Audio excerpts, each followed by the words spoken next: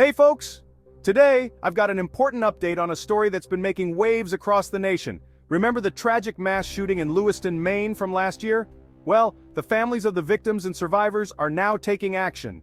They're suing the US government for what they claim is negligence. This lawsuit has been filed against the Department of Defense, the US Army, and Keller Army Community Hospital. The families argue that these institutions ignored clear warning signs of mental illness in the gunman, US Army Reserve Sergeant Robert Card.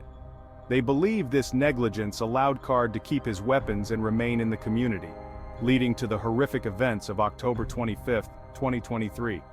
According to the lawsuit, Card had shown troubling behavior that should have raised red flags. The families claim that if the military had taken these signs seriously, the tragedy might have been prevented. They're not just seeking compensation for wrongful deaths and injuries, they want accountability. The allegations of negligence are pretty serious. One major point is the failure to report Card under New York's SAFE Act. This law requires mental health professionals to report individuals deemed a threat to themselves or others. The families argue that Card's disturbing behavior and threats should have triggered this reporting, potentially stopping him before it was too late.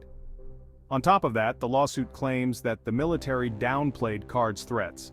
This suggests a systemic failure to properly assess and manage risks posed by individuals showing signs of mental instability. The family's attorneys emphasize that the military had a duty to protect the community from Card, especially given his access to firearms.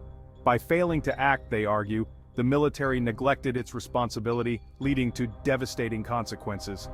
Now the families are seeking justice and accountability.